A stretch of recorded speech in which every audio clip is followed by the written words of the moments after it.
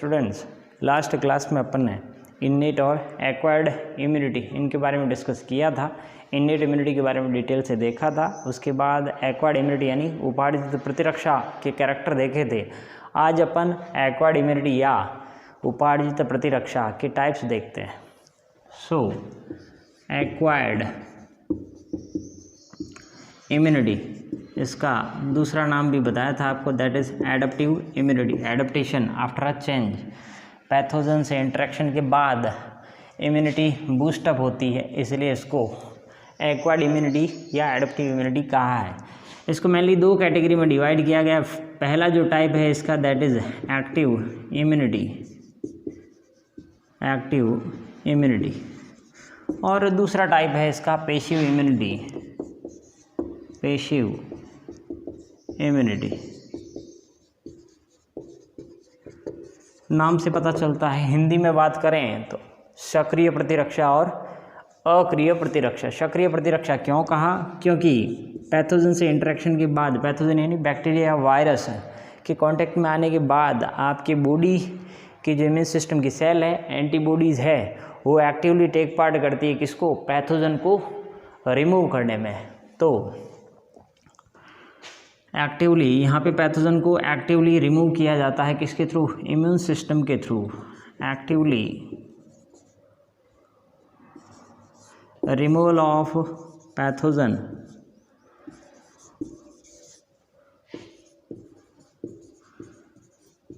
Via immune system या immune cells या immune system के जो प्रोटीन्स है वो इम्यून सिस्टम।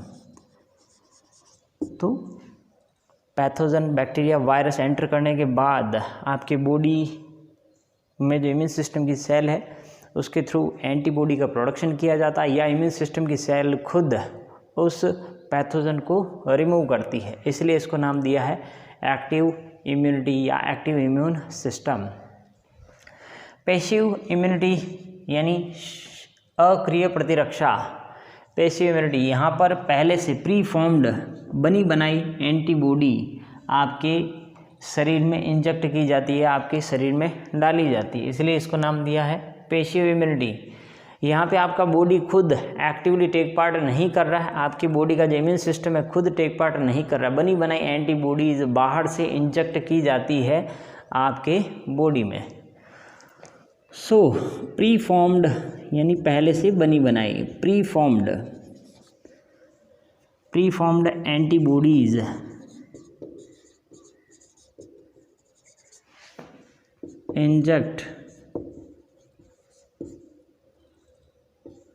इंजेक्ट कह सकते हैं, या enter into body. So immune system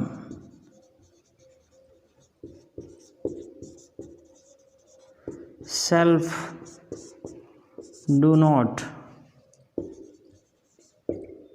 take part actively, यानी आपका इम्यून सिस्टम खुद एक्टिवली टेक पार्ट नहीं करता है, इसलिए इसको नाम दिया है क्या? Passive immunity. एक्टिव इम्यूनिटी जो प्रोवाइड की जाती है, एक्टिवली रिमूव किए जाते हैं, ये कह सकते हैं। एक्टिव इम्यूनिटी खुद दो टाइप की होती है, या एक्टिव इम्यूनिटी दो मीडियम के थ्रू प्रोवाइड की जाती है। तो active immunity provided by two way, दो रास्तों के थ्रू एक्टिव इम्यूनिटी प्रोवाइड की जाती है। फर्स्ट दैट इज AMI यानी एंटीबॉडी मीडिएटेड इम्यूनिटी। ए भी शॉर्ट फॉर्म यूज़ ले रहे हैं किसके लिए? एंटीबॉडी के लिए। Antibody mediated immunity.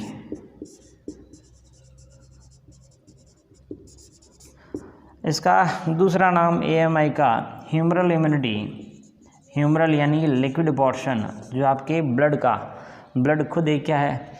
Liquid tissue है। तो ब्लड के अंदर तैरती हुई एंटीबॉडीज़ अगर पैथोजन को हटाती है तो उसको नाम दिया ह्यूमरल इम्यूनिटी। या इसका दूसरा नाम है AMI एंटीबॉडी मीडिएटेड इम्यूनिटी, यानी एंटीबॉडी जो वाई शेप की होती है वो रिमूव करती है किसको, पैथोजन को, ह्यूमरल इम्यूनिटी।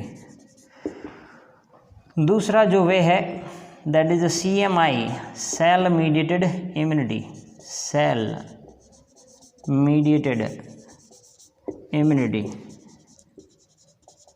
यानी इम्यून सिस्टम में कुछ सेल्स पाई जाती है जैसे बी लिम्फोसाइट, प्लाज्मा सेल्स, कुछ सेल्स खुद उस पैथोजन को एलिमिनेट करती है या उस बैक्टीरिया या वायरस को वहाँ से हटाती है। इसीलिए ये ध्यान रखना है कि एक्टिव इम्यूनिटी को एक्टिव इम्यूनिटी क्यों कहा, क्योंकि आपका बॉडी सिस्टम खुद, इम्यून सिस्टम खुद एक्टिवली टेक पार्ट करता है किसको, पैथोजन को रिमूव करने में। ये एक्टिव इम्यूनिटी दो मीडियम के थ्रू प्रोवाइड की जाती है, वन इज़ AMI और सेकेंड इज़ CMI। AMI यानी यहाँ पर एंटीबॉडी टेक पार्ट करती है किसको, पैथोजन को रिमूव करने में, जबकि CMI यहाँ पे इम्यून सिस्टम की कुछ सेल्स टेक पार्ट करती है पैथोजन को रिमूव करने में। तो ये तो दो माध्यम थे जिसके द्वारा एक्टिव इम्यूनिटी प्रोवाइड की जाती है। अब इसी का कंटिन्यूस है, यानी एक्टिव इम्यूनिटी और पैसिव इम्यूनिटी की, एक्टिव इम्यूनिटी और पैसिव इम्यूनिटी भी दो टाइप की होती है। इनके टाइप्स के बारे में बात करते हैं।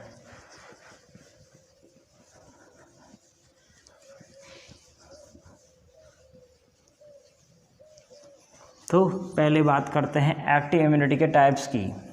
एक्टिव इम्यूनिटी दो तरह की होती है, दो टाइप्स हैं, वन इज़ नेचुरल और अनदर इज़ आर्टिफिशियल। कोई नेचुरल तरीके से इन्फेक्शन हो रहा है, चोट लगी और इन्फेक्शन हो गया, बाहर से कोई बैक्टीरिया वायरस आपके बॉडी में एंटर कर रहा है, उसके खिलाफ इम्यून सिस्टम की सेल या एंटीबॉडी उसको हटाने में काम आ रही है, तो उसको कहेंगे अपन नेचुरल इम्यूनिटी। तो एक्टिव इम्यूनिटी के दो टाइप्स हो गए, फर्स्ट इज़ नेचुरल और सेकंड इज़ आर्टिफिशियल।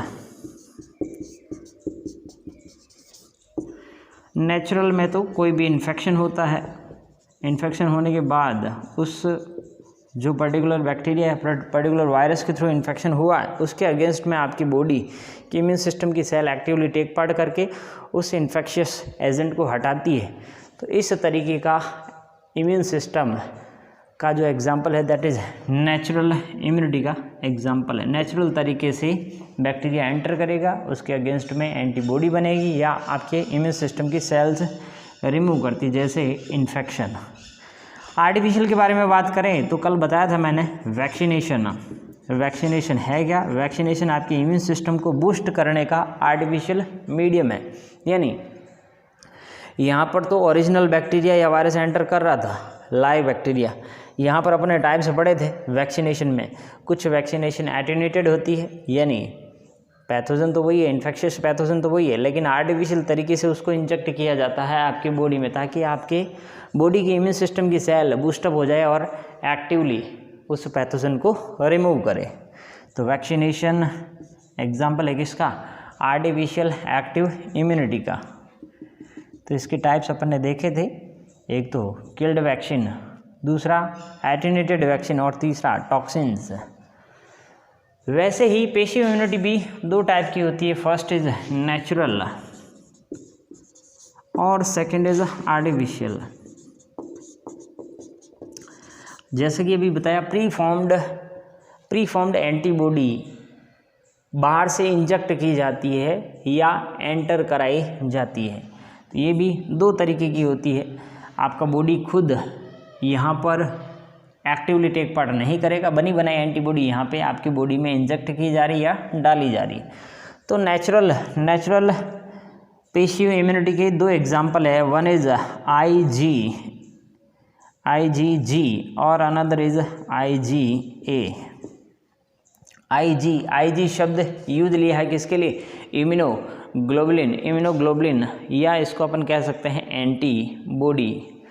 तो IgG एग्जाम्पल है किसका? एंटीबॉडी का, जो फीमेल का, यानी जब बच्चा इंट्रा यूटेराइन कंडीशन में होता है, गर्भ में होता है, तब गर्भ से बच्चे और माँ के बीच में जो कनेक्शन है that is called as placenta. Placenta को पार करती है ये कौन? एंटीबॉडी। नेचुरली माँ के ब्लड में जो एंटीबॉडी प्रेजेंट है, IgG जो इम्यूनिटी प्रोवाइड करती है माँ को, वो क्रॉस करती है प्लेसेंटा को, और प्लेसेंटा क्रॉस करके फीटस तक पहुंचती है, और फीटस को या डेवलपिंग एम्ब्रियो को क्या करता है, इम्यूनिटी प्रोवाइड करता है।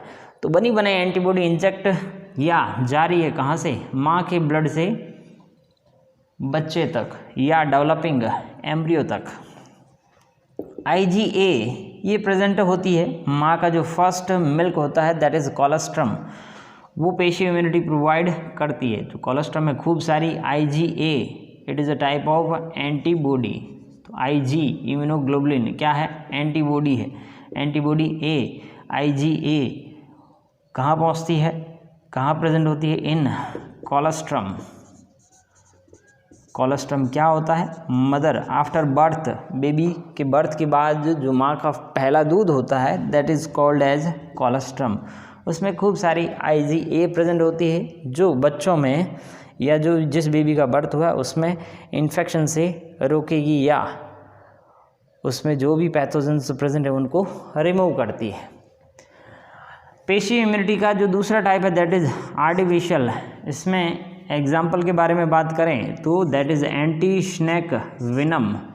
एंटी स्नेक विनम, जब सांप काटता है तो बनी बनाई एंटीबॉडीज बाहर से आपकी बॉडी में डाली जाती है, एंटी स्नेक विनम। और दूसरा एग्जाम्पल है TT इंजेक्शन। TT injection